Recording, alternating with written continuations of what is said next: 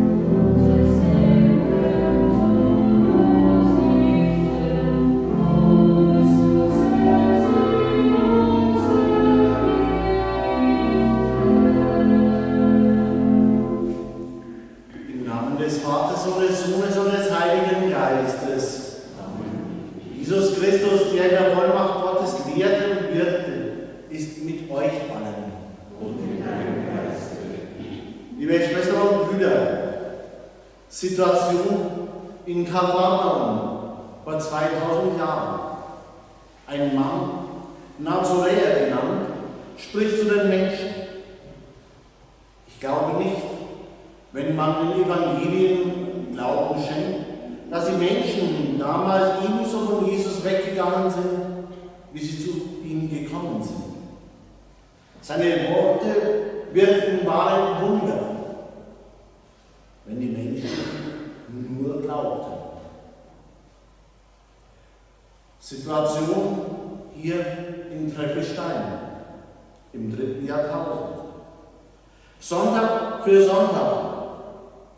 Jesus spricht zu uns, zu jung und alt. Seine Worte möchten auch heute betroffen machen, möchten auch heute verändern und Menschen zu neuen, besseren, anderen Menschen machen. Voraussetzung dafür, dass wir Jesus als Gott erkennen und anerkennen, als Heiland der Welt, als Retter und Erlöser der Menschen. Er, Jesus Christus, damals und heute unter den Menschen. Damals unter den Menschen von Israel, heute auch unter uns. Seine Gegenwart will uns durch und durch erfüllen. Rufen wir zu Beginn dieses Gottesdienstes zu ihm. Herr Jesus Christus, unser Bruder, voller Liebe zu den Menschen, Herr, erbarme dich unser. Herr, erbarme dich unser. Herr Jesus Christus, unser Heiland, du wurdest verkannt und verachtet. Christus, erbarme dich unser. Christus, erbarme dich unser. Herr Jesus Christus, unser Herr, dir glauben und vertrauen wir. Herr, erbarme dich unser. Herr, erbarme dich unser. Liebe Schwestern und Brüder, damals wie heute gilt, Gott hat seinen Sohn in diese Welt gesandt, damit die Menschen zu allen Zeiten Gottes Liebe zu spüren bekommen. Gott hat seinen Sohn in die Welt gesandt, damit wir von ihm lernen, wie damals die Menschen ihn hautnah erlebt haben. Gott hat seinen Sohn in diese Welt gesandt, damit die Welt durch ihn verändert werde. Singen wir Gott für dieses große Geschenk in Gloria dankbar und Herzen, Lob und Preis.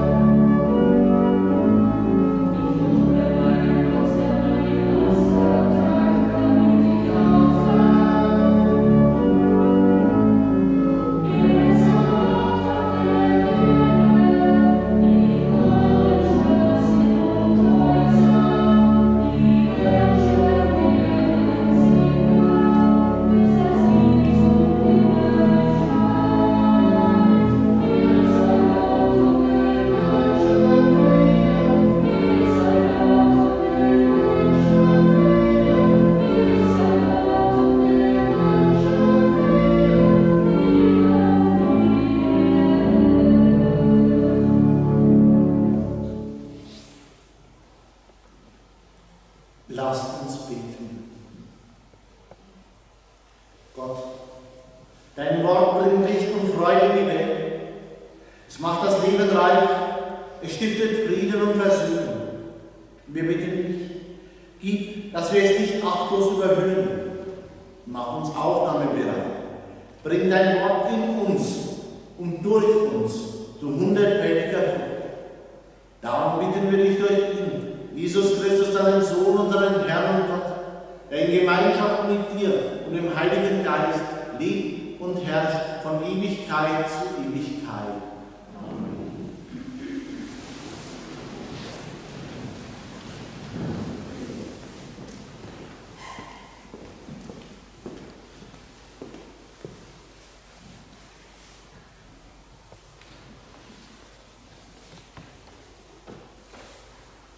Lesung aus dem Buch Deuteronomium.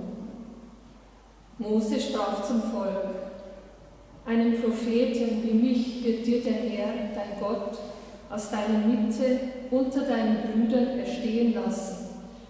Auf ihn sollt ihr hören.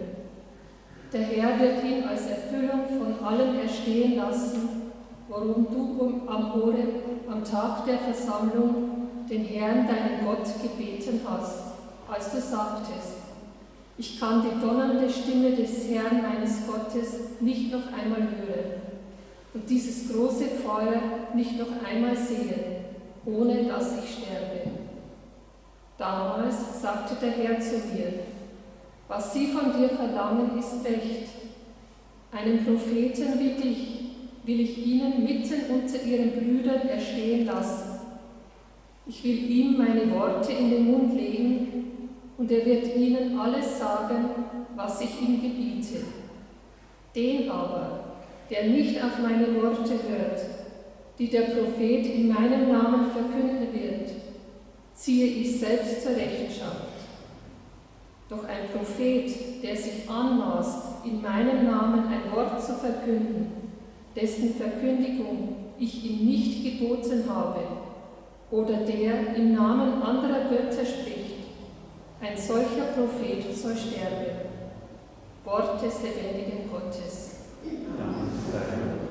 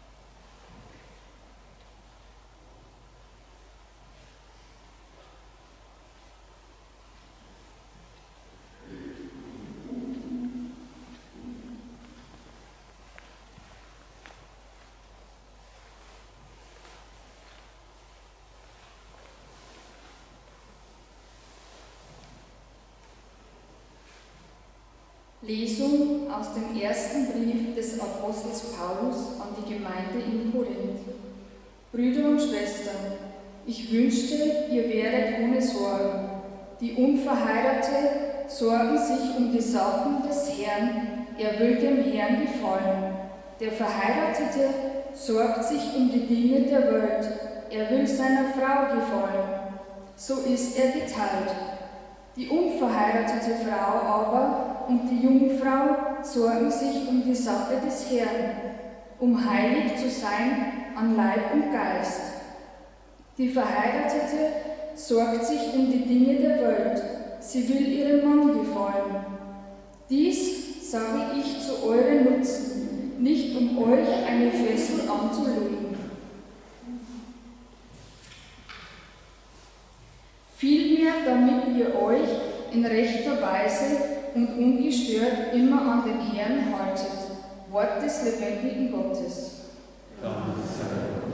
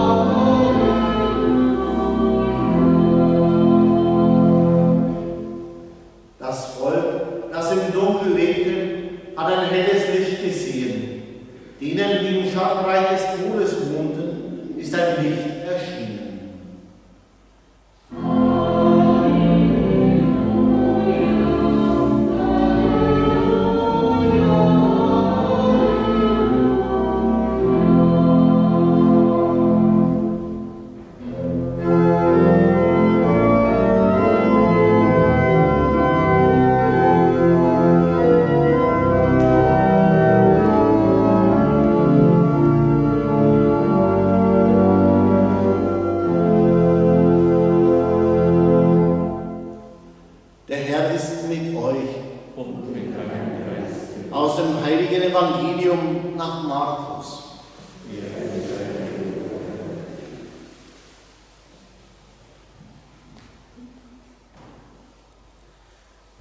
In Kapharnaum ging Jesus am Sabbat in die Synagoge und lehrte. Und die Menschen waren voll Staunen über seine Lehre, denn er lehrte sie wie einer, der Vollmacht hat, nicht wie die Schriftgelehrten. In ihrer Synagoge war ein Mensch, der von einem unreinen Geist besessen war. Der begann zu schreien: Was haben wir mit dir zu tun, Jesus von Nazareth? Bist du gekommen, um uns ins Verderben zu stürzen? Ich weiß, wer du bist, der Heilige Gottes. Da drohte ihm Jesus: Schweig und verlass ihn. Der unreine Geist zerrte den Mann hin und her und verließ ihn mit lauterem Geschrei. Da erschraken alle und einer fragte den anderen: Was ist das? Eine neue Lehre mit Vollmacht. Sogar die unreinen Geister gehorchen seinem Befehl. Und sein Ruf verbreitete sich rasch im ganzen Gebiet von Galiläa. Evangelium unseres Herrn Jesus Christus. Lob sei dir, Christus.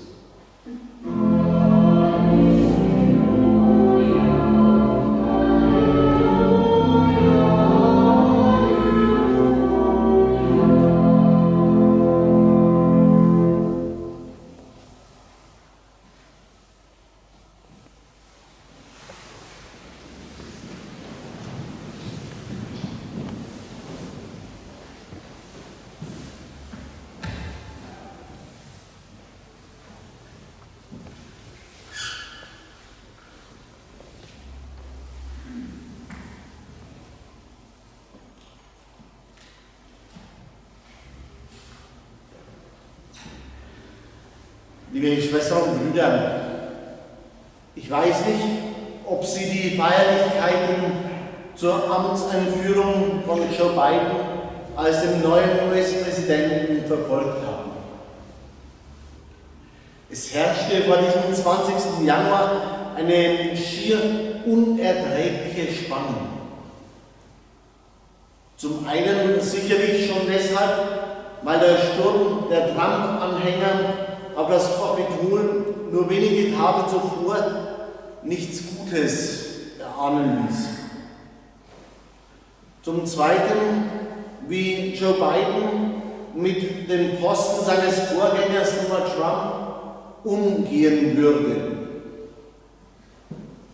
Und zum Dritten schließlich, und ich denke, das war das Spannendste, welche Botschaft hat der neue Präsident der Vereinigten Staaten von Amerika für die Menschen in seinem gespaltenen Land, ja, für die Menschen in der Welt.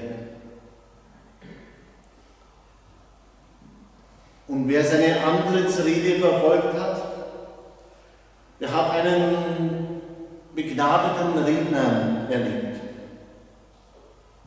Einen, der gerade in der derzeitigen Situation der Corona-Pandemie in Amerika und der hinterlassenen Scherben durch seinen Vorgänger die Menschen seines Landes auch keine leichte Zeit einstimmte, der aber mit Empathie die Menschen mitgerissen hat, den Menschen neue Hoffnung gegeben hat, den Menschen etwas auf den Weg mitgegeben hat.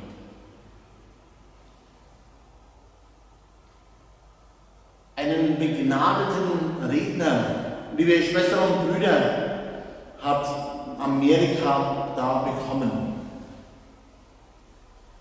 Er wird viel zu tun haben, um die vergangenen Jahre aufzuarbeiten, um verlorenes Vertrauen, zerstörte Hoffnungen wieder zu reparieren.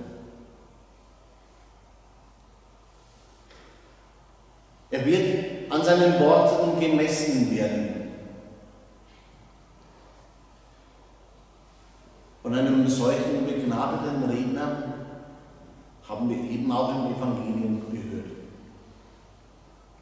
Jesus Christus, der Nazoräer, wie er genannt wurde, hat nicht wie die Schriftgelehrten gelehrt, sondern wie einer, der göttliche Vollmacht hat.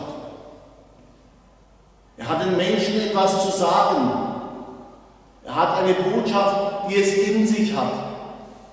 Nicht trockene Gebote und Verbote, sondern eine Botschaft, die die Menschen damals und über die Jahrhunderte bis zu uns mitgerissen hat, begeistert hat.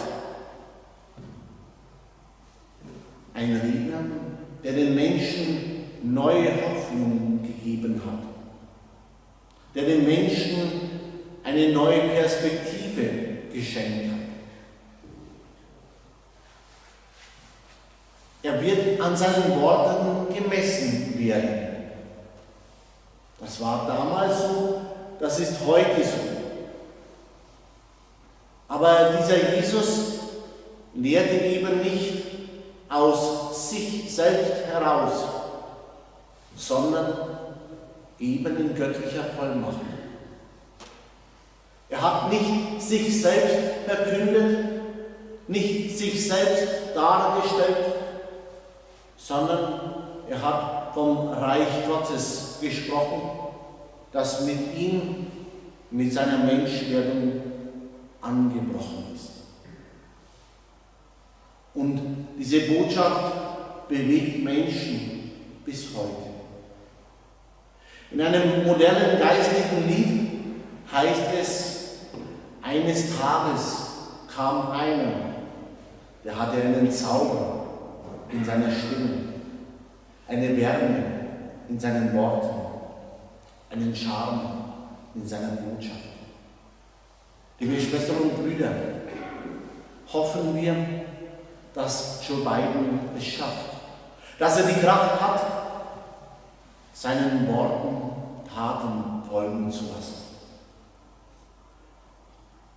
Liebe Schwestern und Brüder, aber vertrauen wir vor allem auf den, der unser Bruder ist, der zu uns gekommen ist, der sich an unsere Seite gestellt hat, der versprochen hat, bei uns zu sein, alle Tage bis zum Ende der Welt.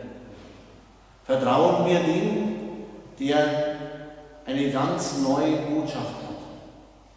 Die Botschaft, dass Gott jede und jeden von uns, klein und groß, reich oder arm, erfolgreich oder weniger erfolgreich, unendlich liebt. Vertrauen wir ihm und seiner Botschaft. Amen.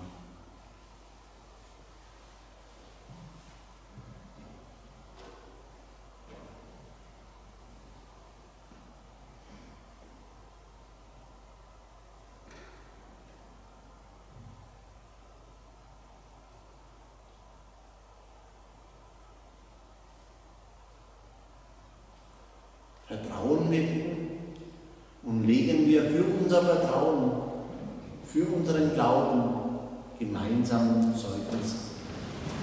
Ich glaube an Gott, den Vater, den Allmächtigen, den Schöpfer des Himmels und der Erde, und an Jesus Christus, seinen eingeborenen Sohn, unseren Herrn, empfangen durch den Heiligen Geist, geboren von der Jungfrau Maria, gelitten unter Pontius Pilatus, gekreuzigt, gestorben und begraben, hinabgestiegen in das Reich des Todes, am dritten Tage auferstanden von den Toten, aufgefahren in den Himmel, er sitzt zu Rechten Gottes, des allmächtigen Vaters.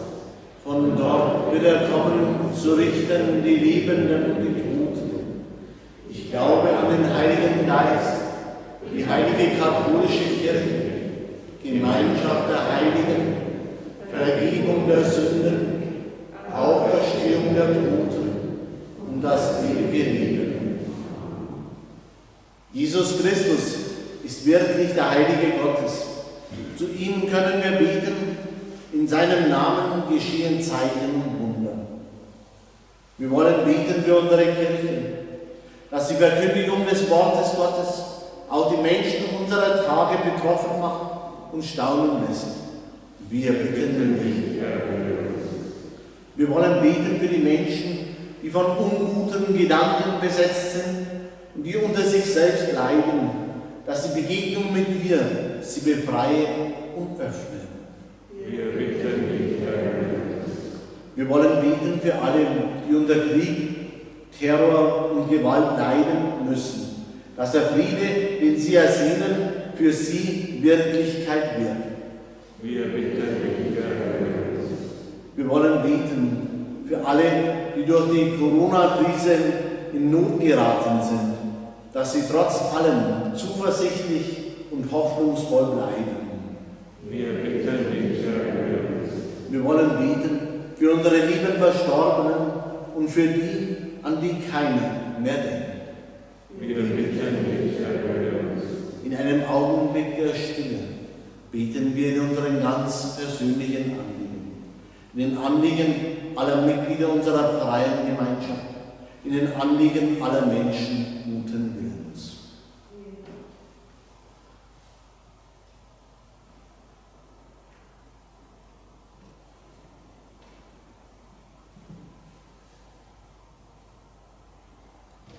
Wir bitten dich,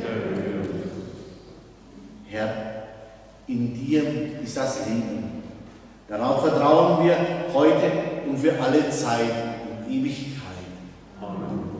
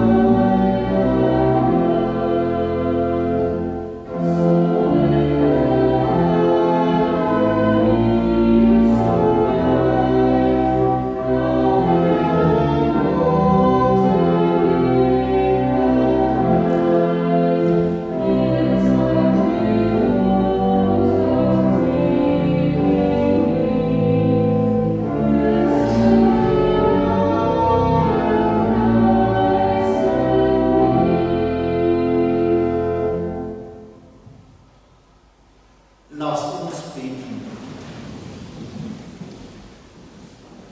Jesus, durch dein Wort hast du viele betroffen gemacht. Durch dein Wort hast du uns wandeln wollen. Du kommst zu uns in Blut und Bein. Wir bitten dich, wandle unsere Herzen und unsere Gedanken, damit wir glaubwürdige Zeuginnen und Zeugen werden für deine Liebe, die nur für andere gelebt hat. Darum bitten wir dich, Jesus Christus, unseren Herrn. Amen. Der Herr ist mit euch. Und mit deinem Geiste. Wo habt ihr eure Herzen? Wir rauben zu deinem Herrn. Lasst uns danken dem Herrn, unserem Gott.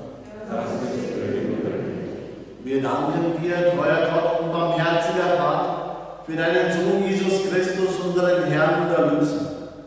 Er hat ein Herz für die Armen und die Kranken, die Ausgestoßenen und die Sünder, den Bedrängten und den Verzweifelten war er ein Bruder.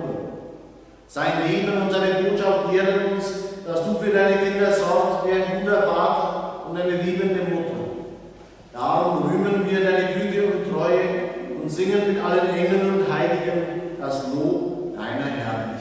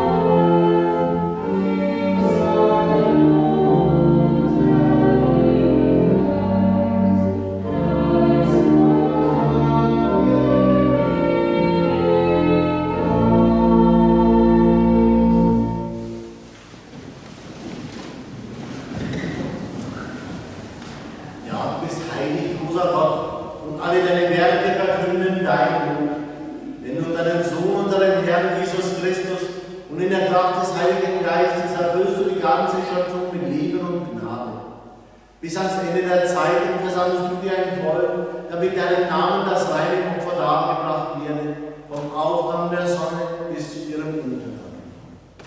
Darum bitten wir dich, allmächtiger Gott, heilige unsere Gaben unter den Geist, damit sie uns werden Leib und Blut deines Sohnes, unseres Herrn Jesus Christus, der uns aufgetragen hat, dieses Geheimnis zu feiern.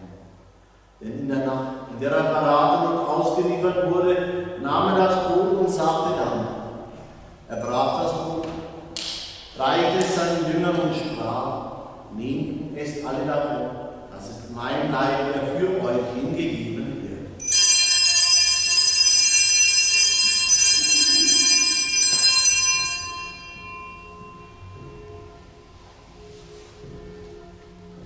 Ebenso nahm er nach dem Mahl den Kelch, dankte wiederum, reichte den Kelch seinen Jüngern und sprach, nehmt und trinkt alle daraus, das ist der Kelch des neuen, ewigen Bundes, mein Blut, das für euch und für alle vergossen wird zur Vergebung der Sünden.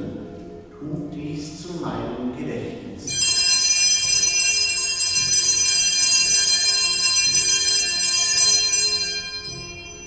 Amen.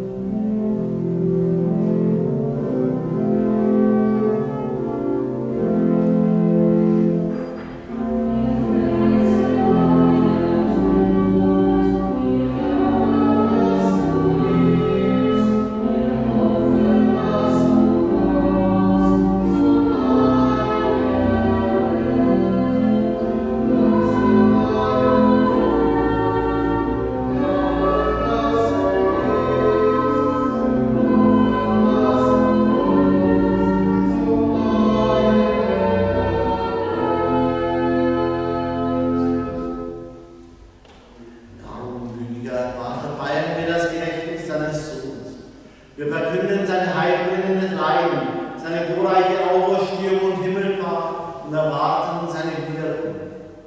So bringen wir dir mit Lob und Dank dieses heilige und lebendige Opfer dar.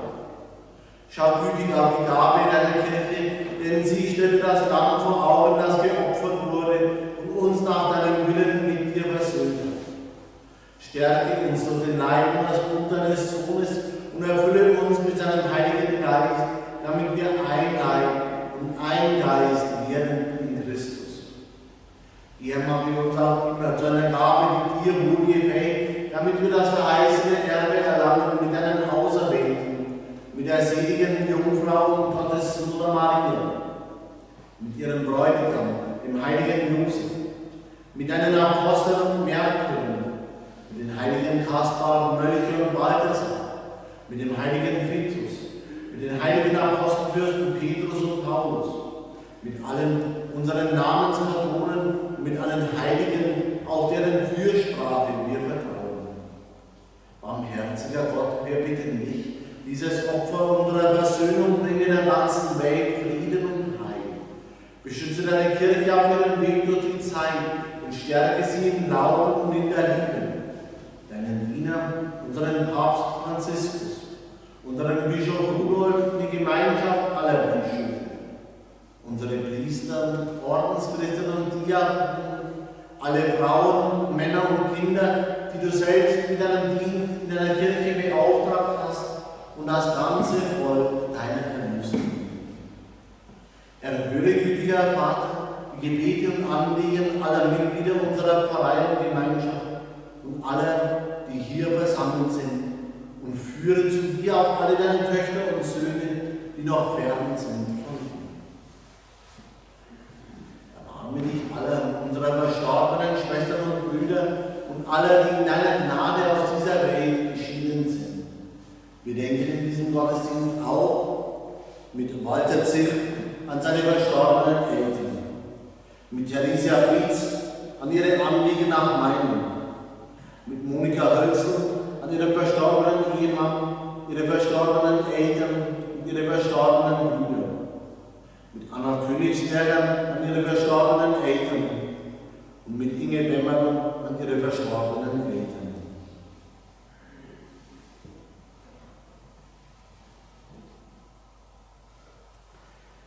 Nimm diese und alle Verstorbenen auf in deine Herrlichkeit und mit ihnen allen, das auch uns, wie du verheißen hast, zu Tische setzen ein in deinem Reich. Darum bitten wir dich durch unseren Herrn Jesus Christus, denn durch ihn schenkst du der Welt alle guten Gaben. Denn durch ihn und mit ihm und in ihm ist dir von allmächtiger Vater der Einheit des Heiligen Geistes alle Herrlichkeit und Ehre jetzt und in Ewigkeit. Amen.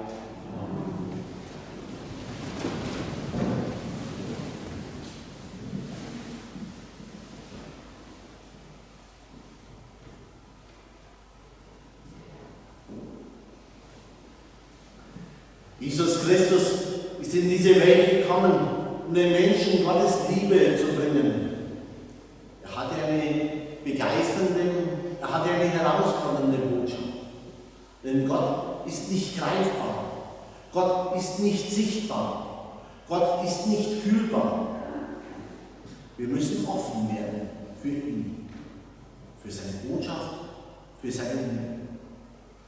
Jesus Christus hat uns gelehrt, wie wir offen werden können, wie wir mit Gott in Kontakt, in Verbindung treten können, im Gebet. Beten wir mit seinen Worten und in seinem Namen zu unserem Vater im Himmel. Vater unser im Himmel, geheiligt werde dein Name, dein Reich komme, dein Wille geschehe, wie im Himmel, so auf Erden. Unser tägliches Brot gib uns heute und vergib uns unsere Schuld, wie auch wir vergeben unseren Schuldigern. Und führe uns nicht in Versuchung, sondern erlöse uns von dem Bösen. Denn dein ist das Reich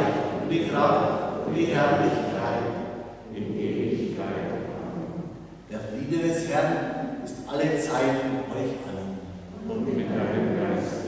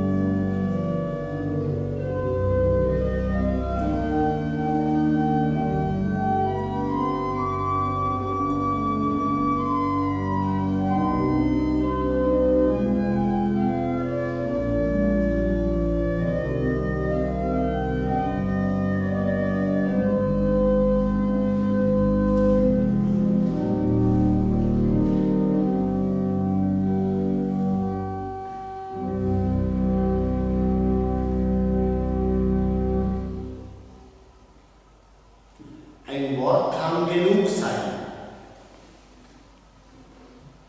Ein Wort, das sagt, es ist gut, du darfst hoffen, du darfst getrost nach vorne schauen. Lass alles hinter dir, was hart und dunkel war. Ein Wort kann genug sein. Ein Wort des Dankes, das sagt, gut, dass du da bist. Du bist ein Geschenk des Himmels. Ein Wort kann genug sein. Ein Wort hineingesprochen in ein verwundetes Herz. Ein Wort aufgenommen mit aufmerksam hörendem Ohr. Ein Wort kann genug sein, um Unheil in Heil zu verwandeln.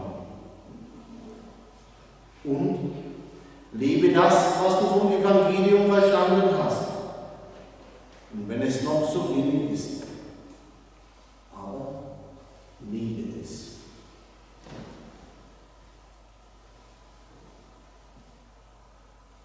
Lasst uns beten. Guter Gott, wir waren Gäste am Tisch deines Sohnes. Er war der Herr unseres Mahnes. Wir bitten dich, entzünde uns mit dem Feuer deiner Liebe, vor allem, wenn unsere Begeisterung nachlässt. Wir haben dein gutes Wort gehört, damit es in uns wirkt, auch in unserem Alltag in der kommenden Woche. Hilf uns, dass wir es hinaustragen und bewahren, dass wir es pflegen, ja, dass wir es heilig halten. Heute, morgen und alle Tage unseres Lebens bis in Ewigkeit. Amen. Liebe Schwestern und Brüder, ein Blick in die kommende Woche. Am kommenden Dienstag, am Fest der Darstellung des Herrn, begehen wir in unserer Expositor-Gemeinde in Bieberbach den Tag der ewigen Anbetung. Wir beginnen um 17 Uhr mit der Vesper und der Aussetzung des Allerheiligsten. Dann haben wir die Möglichkeit, vor dem Allerheiligsten in der Stille zu beten. Um 18:30 Uhr beten wir gemeinsam den Rosenkranz vor dem Allerheiligsten.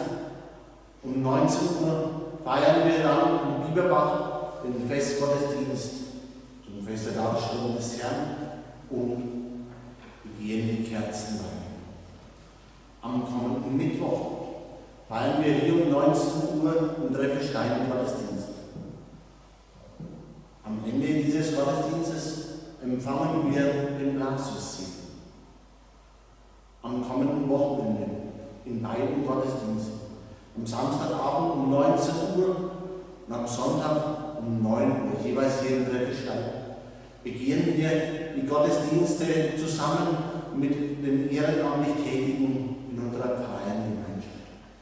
Es ist genügend Platz vorhanden. Lade ganz herzlich zum Mitfeiern.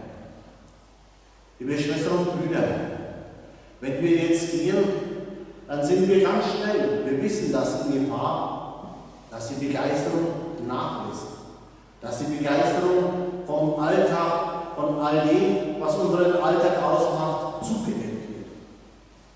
Es ist wichtig, dass wir dann immer wieder daran denken, er hat eine mitreißende Botschaft und erwartet auf uns, dass wir auf ihn hören und dass wir seinem Wort folgen. Gehen wir mit Gottes Segen, gehen wir in dem Bewusstsein, er ist wirklich alle Tage bei uns. Der Herr ist mit euch. Und mit deinem Geiste. Der Herr segnet euch, der Herr behütet euch.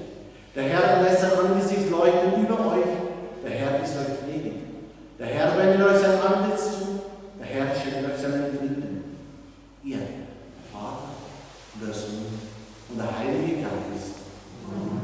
Geht nun, ihr seid gesendet, Gottes Segen in euch und durch euch wirken zu lassen. Danke sei Gott.